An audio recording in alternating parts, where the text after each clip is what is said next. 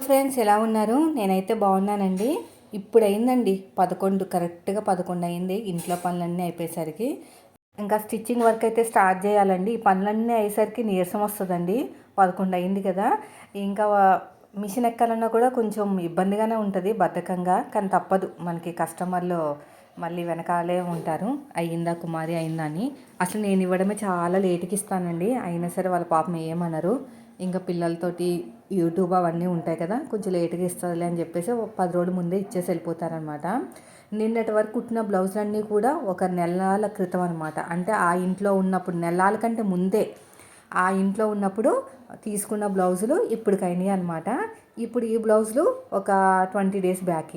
Minimum 20 days time పడుతుందండి. ఎవరు ఇచ్చినా కూడా దాని మీద ఆశలు వదిలేసుకోవాలన్నమాట. బ్లౌజులు ఇచ్చారనుకోండి, సర్లే తనకి ఫోన్ చేసి, లేదంటే మనమైనా అప్పుడప్పుడు గుర్తు చేసి ఇస్తుంది అని. అంటే కావాలని నేనేమి డిలే చేయను. ఇంకా ఇవన్నీ అయ్యేసరికి ఇంతే టైం పడుతుంది అనమాట. ఇప్పుడే తడిపి ఆరబెట్టేసుకున్నానండి లైనింగ్ని. ఒక 5 నిమిషాలు ఆరిపోయింది. అంత దారుణంగా ఉన్నాయి ఎండలు. ఎంత దారుణంగా ఉన్నాయంటే, మాది కింద గ్రౌండ్ ఫ్లోర్ కాబట్టి మాకు అంతగా ఏమీ ఎఫెక్ట్ రావట్లేదు.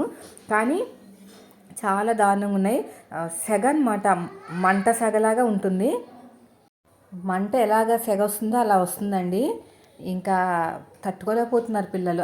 పిల్లల్ని అసలు బయట పంపట్లేదండి, ఇంట్లోనే ఆడిపిస్తున్నాను. కొంచెం ఇల్లు పెద్దగా ఉంది కాబట్టి వాళ్ళకి ఆడుకునేటప్పుడు కూడా ఏమీ దెబ్బలు తగట్లేదు. అక్కడైతే పాపం మిషన్లు తగిలేసేవి, చాలా ఇబ్బంది పడిపోయేవారు. అందుకని అస్తమాను బయటకు వెళ్ళిపోయేవాళ్ళు. కానీ మాకు ఆ బాధ లేదండి ఇక్కడ.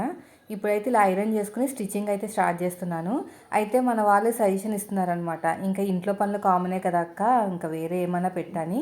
ఇంకా అందుకనే పనులన్నీ అయిన తర్వాత వీడియో పెడదామని డిసైడ్ అయ్యారనమాట. ఇప్పుడు అయినాయండి పనులు. నాకు తెలిసి ఈ వీడియో వచ్చేసరికి 12, 12:30 అవుతుంది. ఎందుకంటే ఎడిటింగ్ చేయడానికి 10-15 మినిట్స్ అలా పడుతుంది అనమాట టైం అనేది. ఇంకా కొత్త టాప్స్ కూడా వచ్చినాయండి, చూపిస్తాను మోడల్స్. మీరు కూడా ఒకసారి చూసినట్టు ఉంటుంది. సో ఈ మోడల్స్ చూడడం వల్ల మనకి విండో షాపింగ్ చేసిన ఫీలింగ్ అయితే కలుగుతుందండి. అంటే మామూలుగా మన షాప్స్కి వెళ్ళినప్పుడు అన్నీ కొనాం కదా, కొన్నన్నా ఎలా ఉన్నాయి ఏంటని చూస్తాం కదా. మన ఆడవాళ్ళకున్న మెయిన్ లక్షణమే ఇదండి. కొనకపోయినా కూడా కళ్ళకి ఆనందం అనమాట. ఈ మోడలు, ఈ డిజైన్, ఈ డ్రెస్సు, ఇవన్నీ. నేనైతే షాప్కి వెళ్తే మోస్ట్లీ కొనడం ఒక వంత అయితే, చూడడం 99 వంత అండి. అందుకని ఏ శారీ వచ్చినా, ఏ బ్లౌజెస్ వచ్చినా కూడా మీకు చూపిస్తూ ఉంటానన్నమాట. ఎందుకంటే మన దాంట్లో అందరు లేడీస్ కార్నర్ కాబట్టి, అదే ఛానల్ మొత్తం చూసి వాళ్ళు కూడా నాలాంటి వాళ్ళు ఎవరైనా ఉంటే చూసి ఆనందపడేవాళ్ళమాట. కళ్ళకి నచ్చిందల్లా కొనలేం కదా, కనీసం కళ్ళతో చూసైనా ఆనందపడొచ్చని. ఈ డ్రెస్ అయితే ఇంకా డైలీ వేసేసుకుంటున్నాను. కొన్ని బుక్ చేశాను కాటన్వి, మీకు చూపిస్తాను. అవి వచ్చిన తర్వాత మీకు చూపిస్తాను.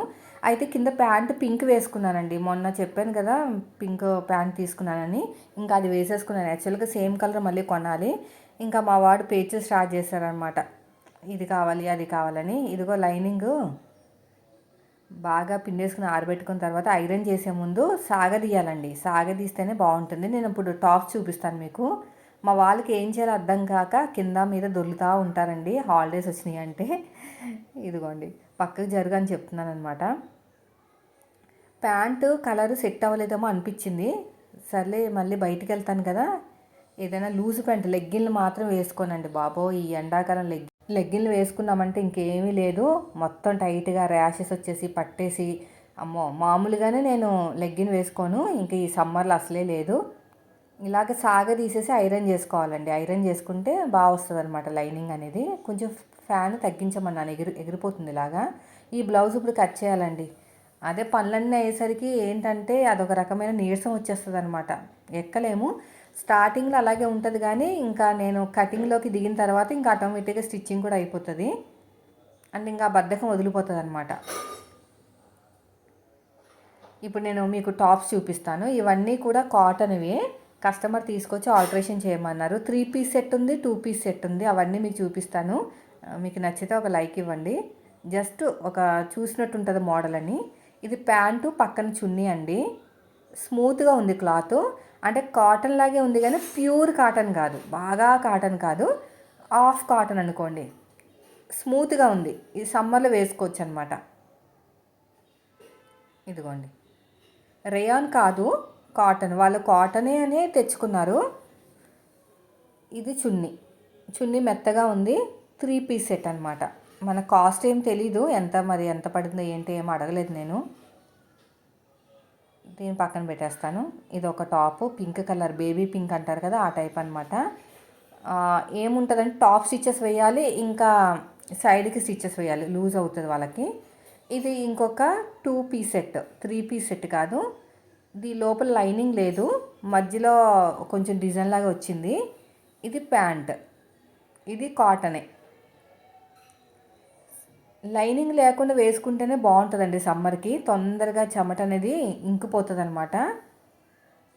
ఇది ఒక టాపు, ఇది రేయాన్ అండి, ఇది కాటన్ కాదు, రేయాన్. నాకు తెలిసి వీళ్ళకి టైట్ అవుతుందేమో, ఆల్ట్రేషన్ ఏమి ఎక్కువ పట్టదు. ఇది ఒక చున్నీ, చున్నీ కూడా చాలా బాగా వచ్చింది, మెత్తగా వచ్చింది చున్నీ. వేసుకుంటే లుక్ బాగుంటుంది, ఎందుకంటే గ్రీన్ కలరు పైగా మనకి కాంబినేషన్ కదా, green and cream colour combination కాబట్టి చాలా బాగుంటుంది. తర్వాత వచ్చేసి ఇంకొక టాప్ అండి. ఈ టాప్స్ అన్నీ కూడా నాకు వేసుకుని చూపించమని అంటారన్నమాట. షార్ట్లో వేసుకుని చూపించు కుమారి, బాగుంటాయి, ఒక వీడియో వస్తుంది నీకు అని చెప్తా ఉంటారు. చూస్తా, టైం ఉంటే వేసుకుని చూపిస్తా, లేకపోతే లేదు. ఇది కాటనేనండి, ఇది ప్యూర్ కాటనే, లైనింగ్ లేదు, లైనింగ్ లేకుండానే కుట్టారు. అదే బెస్ట్ అండి, ఈ సమ్మర్లో లైనింగ్ లేని వేసుకుంటేనే బెస్ట్ తెలుసా.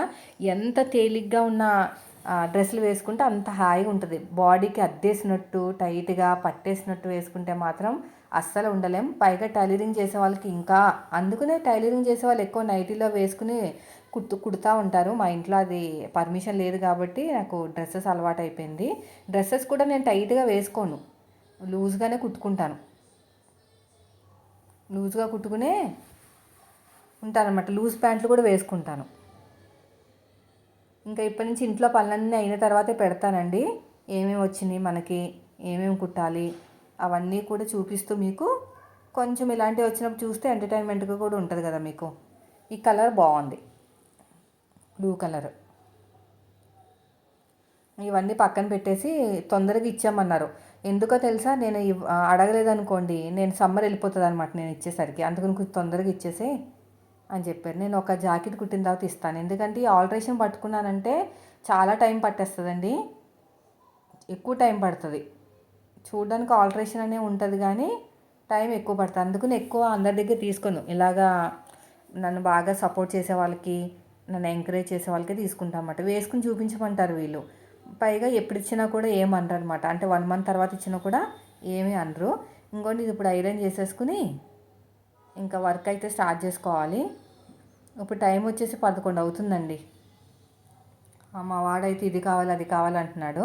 ఇంకో లైనింగ్లో ఆరబెట్టుకుని అని చెప్పాను కదా, 5 నిమిషాలు అయిందండి, వేడికి బాగా ఆరిపోయింది అనమాట. చూసారా ఎంత స్టిఫ్గా వచ్చేసిందో, అంత వేడి ఉందండి.